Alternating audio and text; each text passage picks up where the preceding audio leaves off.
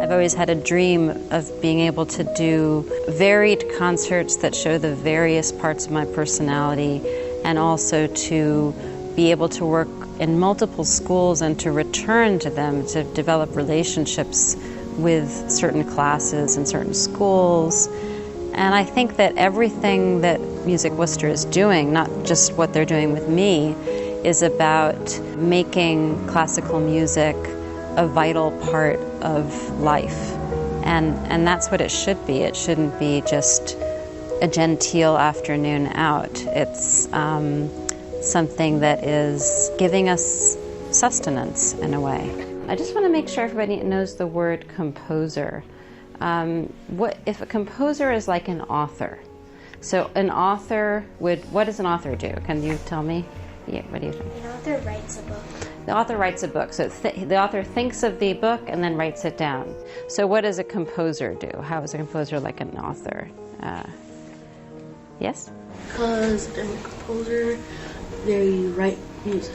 Yes, exactly. So a composer has the imagination to think up the music and writes it down. I think the more you know about music, the more you enjoy it. And for these students to be explained, have the explanation from Simone about how a fugue works, or how Bach was putting something together, or what the different kinds of chords, what significance they have, means that you recognize that when you hear it in performance. And there's a pleasure of recognition, saying, yes, I know that.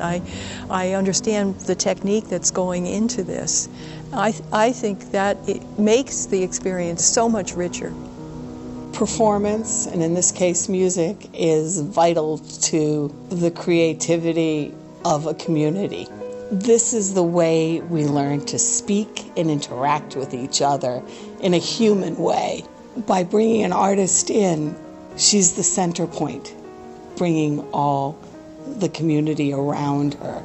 She has a skill that's outstanding in her class.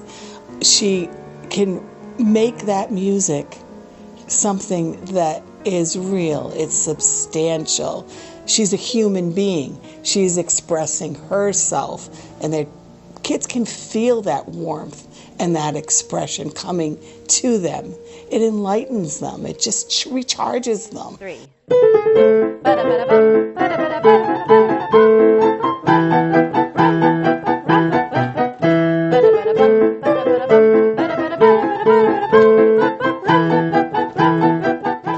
Liked how she layered in all of the different kinds of music, and how she really thought about this kind of sounds like a guitar and this sounds like a drum, and how the fingers move really fast, and how she thought about all the little things. 1, 2, ready, go. Rum, rum, rum, rum, rum, rum.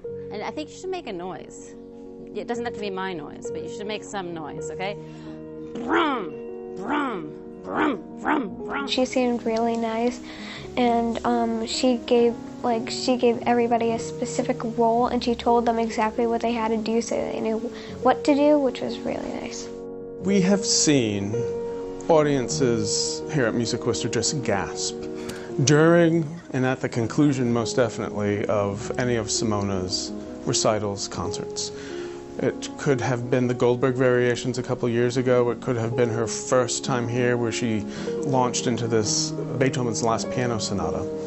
And there is this just amazing mix of virtuosity, personality, and engagement, this rapport between artist and audience. And to see that take place in a classroom with Simone and 15 to 20 students, and when she sits down and starts playing, the jaws drop, the eyes grow wide. This is an experience that they're not going to forget.